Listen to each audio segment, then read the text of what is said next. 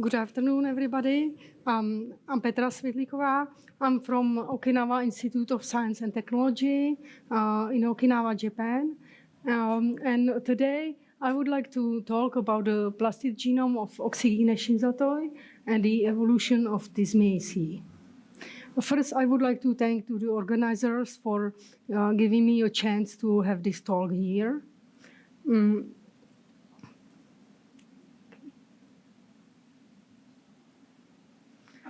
So Okinawa is part of the Ryukyu Islands.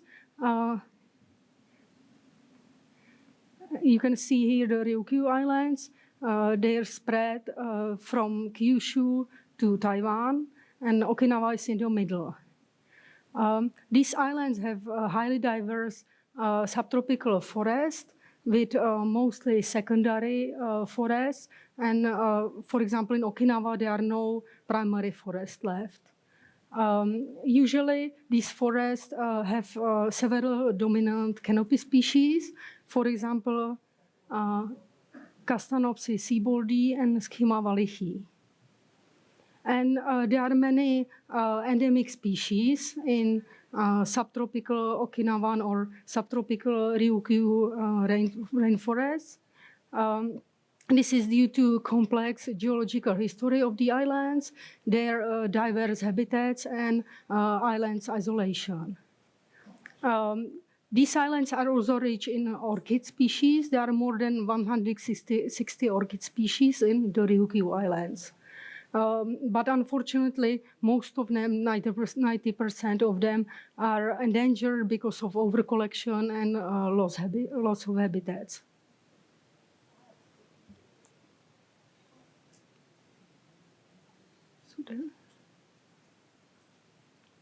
So my research focuses on ecophysiology and genomics of heterotrophic plants.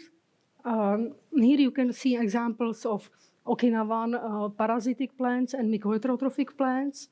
So I mostly study Okinawan plants, but also some Japanese heterotrophic plants.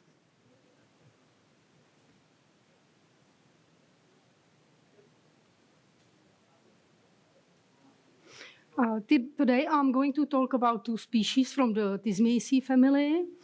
Thismiaceae family, as many people probably mentioned before, is a monocot family including only non-photosynthetic species. These plants steal all resources from other organisms, in this case from mycorrhizal networks. And they are extremely rare and in highly localized habitats. So they are, nobody knows why they are so rare, but they are very tiny, so they are quite hard to find. And they are also susceptible to environmental disturbances. We distinguish for genera within the family. Thismia with most species, then monotypic Tiputinia, then Haplothismia and Oxygyne with 6 species.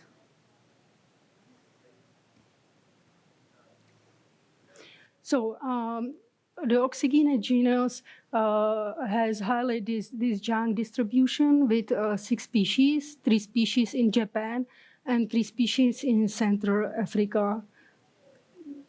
3 species in Central Africa and 3 species in Japan. Oxygyne shinzatoi is a perennial mycoheterotrophic herb associated with 2 closely related clades of arbuscular mycorrhizal fungi from Glomeromyceae. This species, Oxygyne shinzatoi, is endemic to Okinawa. You can find it in humid, broad-leaved forest, and it's known only from several adjacent locations. So it's very rare. And you can, in Okinawa, you can find these 2 color variations, blue form and greenish form. And they flower in August and from August to October. So this is the only time you can see them above ground.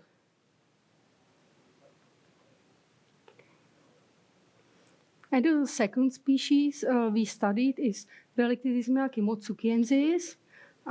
This is a new genus described just recently from Kagoshima Prefecture in Kyushu, Japan. It's been described by Suetsugu et al. And published this year in Journal of Plant Research. This species or genus, it's been found only on the type location and nowhere else. So it's listed as a critically endangered species. It grows in secondary evergreen broadleaf forests. Its floral morphology differs from all other species within the family. So it's been described as a different genus. And what we did, so we first sampled these two species, then extracted their DNA and RNA, then did Illumina sequencing, and after receiving our data and analyzing them, we were able to assemble their plastid genomes and also their transcriptomes, and started to do phylogenetics based on plastid genes. And the next step is to do transcriptomics and phylogenetic based on transcriptomics for these two species.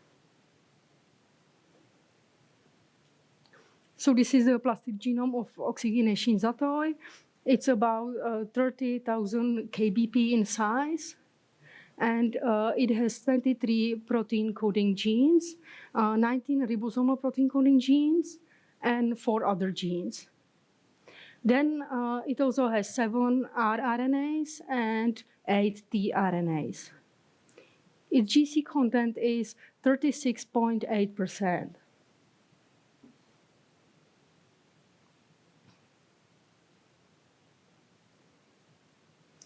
The second species, Thismia kimotsukiensis, has a plastome of similar size, also 30 kbp, with a little bit small number of genes, only 19 protein coding genes, 17 ribosomal protein coding genes, and 2 other genes. Then you can also find 8 rRNAs there and 60 RNAs. Its GC content is a little bit lower compared to Oxygyne. It's 32.6%.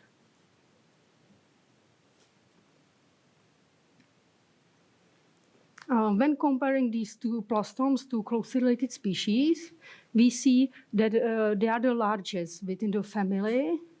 The second largest is the plastid genome of Haplothismia exanulata, 22 kbp. And this genome, both of them has 2 inverted repeat regions. And these regions are especially large in case of Thismia. And even though their plastid genomes are the largest within the family, the largest number of unique genes are here in Haplothismia plastome. Here you can see comparison of all genes that they have, Haplothismia, Oxygyne, and Thismia. So you see that Haplothismia and Oxygyne, their genomes are quite similar, their plastid genomes are quite similar, but a lot of genes are missing in case of Thismia. And a lot of ribosomal protein coding genes within the small subunit, ribosomal subunit, are preserved in all of these genes, all of these genomes.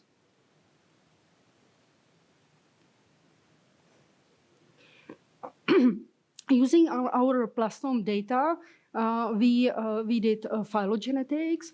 So we did phylogenetics based on 16S and 23S rRNA, and also on 20 plastid protein coding genes. So I will start with a phylogenetic based on 16S and 23S plastid genes.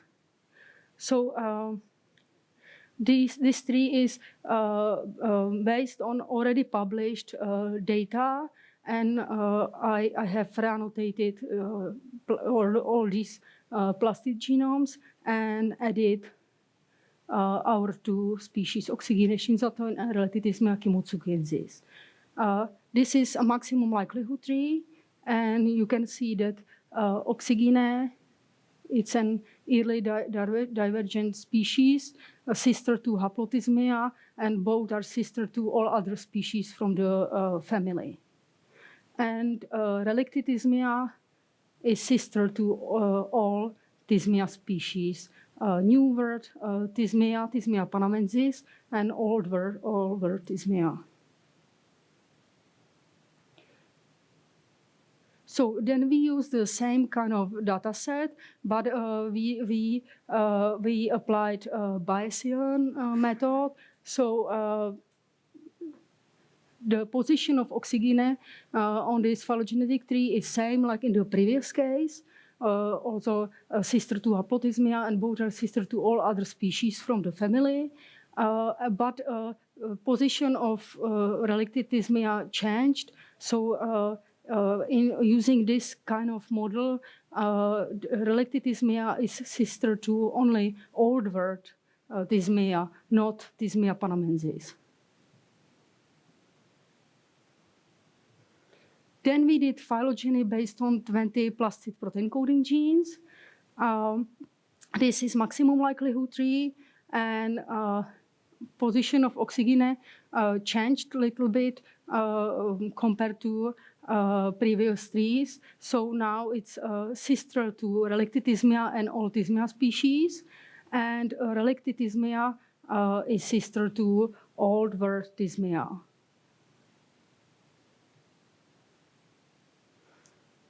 And the last phylogenetic tree I'm going to show you is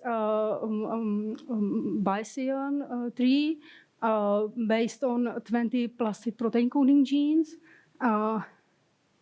And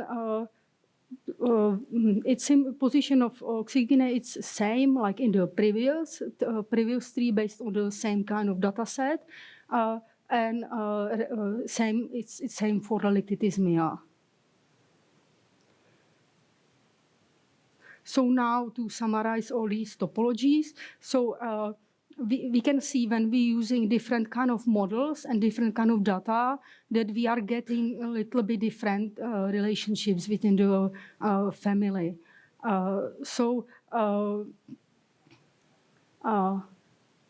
this one. So you can see like here is the same position of Oxygyne, but different position of relicted Thismia within this kind of data set. And we have one topology when we are using plastid protein coding genes. So the question is, what species is the earliest diverging member of the family? Is it Oxygyne or Haplothismia? So we try to compare our results with already published data. This is a phylogenetic tree of the combined 16S rDNA and ATPA, but you see that the position of these species are a little bit different compared to our topologies. So that would help us to resolve the relationships. So for now, we believe that that this topology is probably more probable compared to other two topologies, but we are not able to solve this now with plastid genome data. So we are going to assemble transcriptomes of both of these species, or we have already assembled the transcriptomes, but we did not look more into that. And then we are going to do phylogeny based on transcriptomics. That should give us more reliable phylogenetic trees, and we probably should be able to resolve the relationships within the family. I would like to thank to my collaborators, Filip Husnik and Kenji Suetsugu, and special thanks belong to Sugimoto Takaomi for his help with Oxygyne sampling, and members of Evolution, Cell Biology, and Symbiosis Unit. Thank you for your attention.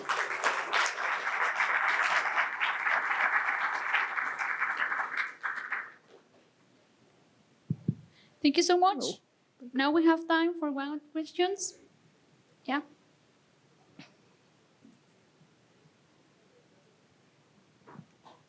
Thank you for your talk. Beautiful group of plants. Amazing group of plants. And I think that the obligated question is, what about the mitochondrial genomes? You have the NGS data, you have the Illumina data. Maybe you can. I can hear you well. If you plan to assemble some mitochondrial genomes, or at least a draft, using the data that you have. When I analyzed the whole genome data, so I could see there may be mitochondrial genome there, but we did not try to assemble it for now because like our team is quite small, so I cannot do like larger projects now. So I think like next step would be to look into mitochondrial genome and to transcriptomics more. Other question? It looks like Thismia panamensis is quite different from other Thismias, and I wondered, is it time to change the genus for that to something else?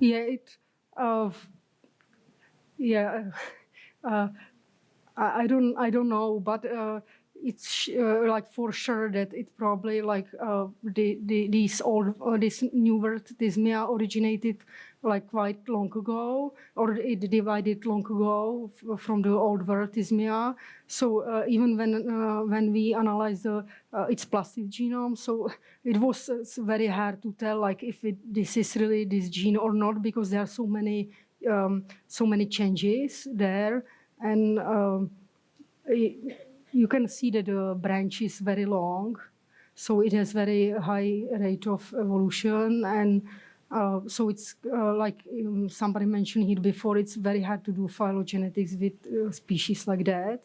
So we are going to maybe omit this species in the analysis and try to reanalyze the data again, and also try to do like maybe more analyses. Yeah. Any other question?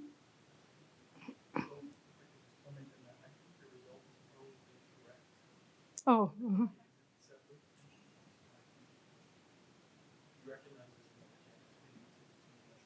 Yeah, it's pity that there are no other species from this group available, like the data available. It would be nice to have 2 or 3 there. Any other question? No? Yeah. In looking at the maps of the plastid genomes for Oxygyne and Thismia, I noticed that there's quite a bit of kind of empty space in there. There. Actually, go to the next slide, and you can see it quite well. Next one. So on the right, you can see that there are some pretty large spaces in there. I'm wondering if those are just like unannotated pseudogenes, or if they are areas of like repetitive DNA, or what, because you typically don't see that. You typically see the genes kind of stuck close together. Mm-hmm.